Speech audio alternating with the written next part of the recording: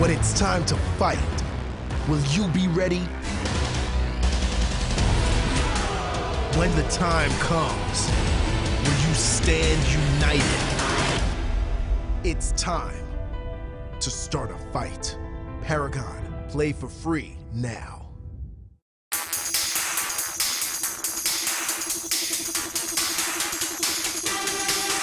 Hey guys, Angry Joe here at Gamescom 2016. I'm joined by Mike Mahadi. How's it going, Mike? Good, Tamor. We just played Recore, right? Yep. Both of us? You played it at E3? I played it before at E3. You've got a more updated version of it. So I saw the combat. I'm familiar with the combat. You've seen new mechanics too. Yeah, they showed us an early mission in the campaign. It kind of highlights how the game's Metroid Prime influences, Right. what with developers from Metroid Prime coming over to Recore to help out Keiji and Fune and the rest of the team. They show how the Metroid Prime influences are playing into this semi-open world that's kind of gated by certain abilities that you have to get, and then you'll be backtracking. There's also a loot fest kind of aspect. Yeah, so they've been alluding to that for a while, like the cores and, you know, customizing them, but thus far they've not really talked about it. So what do they actually show you? Is there any sort of like depth to it? Yeah, so you have those 5 core bots. That's like the dog you see initially in the trailer, the first trailer. Then there's a spider, there's the gorilla one, I believe his name is Duncan. But those are actually the cores themselves, like the spheres. So you switch those around. Those are like the souls of the robot, Keiji Inafune was saying during this demo. Right.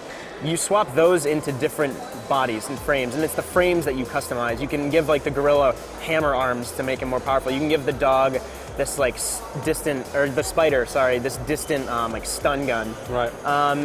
And you find new pieces of loot around the world that enemies drop. You can either shoot her Jules grappling hook at them and pull them out for a potential new core, or you can just destroy them for new parts. And naturally you'll start finding, you know, different tiers of items based on their color, you know, like purple being a legendary. It's the classic like Diablo kind of loot fest angle they're taking with that. Cool. And I found it, like, the combat was quite dynamic in the terms of it wants you to switch between all these robots at the same time.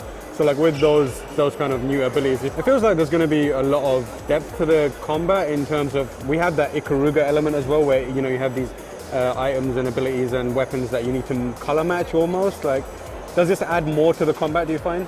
A little bit on the surface, yeah. You'll be upgrading Jules' rifle separately from your core bots, and you'll fight enemies that are either red, blue, or yellow. Some of the primary colors that also plays into the core bots.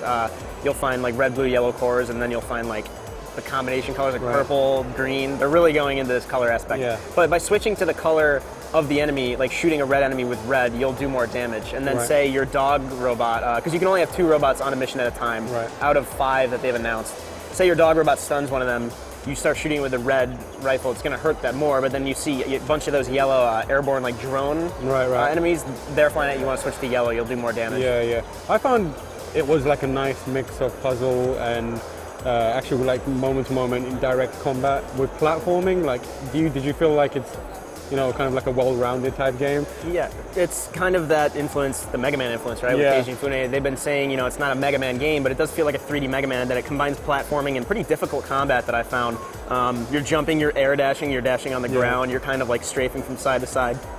Feels very much like kind of a Mega Man mixed with a Metroid Prime in terms of the world itself, and then of course, like, I don't know, if you want to make another comparison, the Diablo loot fest. Yeah. I think the bit that I found most challenging was the boss, and it's the part where it most reminded me of Mega Man as well. There's this flying like orb type monster, and it's just constantly pumping out the flying bee fly like enemies that you just need to constantly shoot and then look for the weak point and kind of grapple and play. And it required a lot of like maneuvering around to try and find the right weak point and kind of hit it at the right time, as well as managing different like platforms and traps and that kind of stuff. It felt really good to me, and like back at E3 I said it's probably the Mega Man game you're looking for, considering my number 9 was a bit of a and you know, he's living in the shadow of Mega Man and people always want that, and I personally feel like they should maybe look at this, keep an eye on this. It's not going to be 2D obviously, but it could be something that might like also sate your hunger for like a new Metroid Prime almost, that kind of like structured open world. The spirit of Mega Man is in there somewhere. So that's Recore across E3 and Gamescom. For more on the game and overall coverage of Gamescom 2016, keep it out on GameSpot.com.